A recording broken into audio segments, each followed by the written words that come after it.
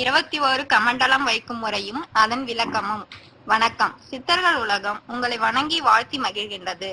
21 கமண்டலங்களை வைத்து தியான நிலையாக வழிபாடு செய்து பல அளப்பரிய ஆற்றல்களை பெற முடியும்.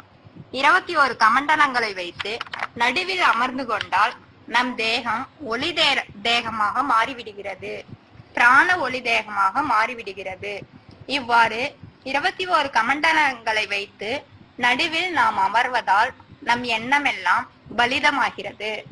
எனவே நாம் எண்ணக்கூடிய எண்ணங்கள் தூய்மையானதாகவும் நடுமையமானதாகவும் இருக்க வேண்டும். நாம் ஒரு இடத்தில் அமர்ந்து கொண்டு நம்மை சுற்றிலும் 2 அடி தூரத்தில் ஒரு வட்டத்தை போட வேண்டும். அதற்கப்பால் 1 அடி தூரத்தில் மற்றொரு வட்டமும், அதற்கப்பால் 1 அடி தூரத்தில் இன்னொரு வட்டமும் சாக்பீஸிலோ அல்லது கற்பனையாகவோ போட்டுக்கொள்ள வேண்டும். முதல் வட்டத்தில் 7 கமண்டலங்களை சமமாக வைத்துக் கொள்ள வேண்டும். இரண்டாவது வட்டத்தில் 7 கமண்டலங்களை அதன் இடைவெளியில், அதாவது முதல் வட்ட கமண்டலங்களுக்கு இடைவெளியில் இரண்டாவது வட்டத்தில் வைத்துக் கொள்ள வேண்டும். அப்படி வைக்கும் போது ஒரு முக்கோண அமைப்பு உருவாகும். மூன்றாவது வட்டத்தில் 7 கமண்டலங்களை அதற்கு முன் வரிசையில் உள்ள கமண்டலங்களின் இடையில் வைத்துக் கொள்ள வேண்டும். கமண்டலத்தின் மூக்குத்துவாரத்தின் வழியாக வருகின்ற காற்று நம் உயிர் சக்தியுடன் கலந்து விடுகிறது. ஆத்மா என்பது அதிலே வெளிப்படும். இதைத்தான் சித்தர்கள் பயன்படுத்தி இருக்கிறார்கள். அவர்கள் கையிலே கமண்டலத்தை வைத்திருப்பார்கள். அதன் துவாரத்தை கை பெருவிரலாலே அரைவட்டமாக சுழற்றுவார்கள். அவ்வாறு சுழற்றும் போது பூமியில் உள்ள நீர் சக்தியுடன் தொடர்பு கொள்வார்கள். வான்வேகத்தில் உள்ள நீர் சக்தியுடனும் தொடர்பு கொள்வார்கள்.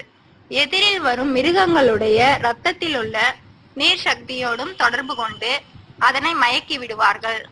கமண்டலத்தின் மூக்குத்துவாரத்தின் வழியாக வரும் காற்று மிருகங்களோடு தொடர்பு கொள்வதால் அது குறைந்தது 10 நாட்களுக்கு ஈர்ப்பு தன்மை ஏற்பட்டு அதற்குள் இறக்கும் தன்மையாக மாறிவிடும். இதனையே சித்தர்கள் புலியின் மீது பயன்படுத்தி அது இறந்தவுடன் கூடுவிட்டு கூடு பாயும் நிலைக்கு பயன்படுத்தி பிறகு தன் நிலைக்கு வந்து விடுவர். இதனை உலக நன்மைக்காக பயன்படுத்த வேண்டும் என்றும் தனிப்பட்ட வரவு செலவிற்காக பயன்படுத்தக்கூடாது. தூய்மையான எண்ணங்களையே வைத்துக் கொள்ள வேண்டும். நமது உடலை பிராண தேகமாக மாற்றிக்கொள்வதால் நாம் மட்டும் நன்மை பெறாமல் நம்மை சுற்றி இருப்பவர்களும் நன்மை பெறுவார்கள்.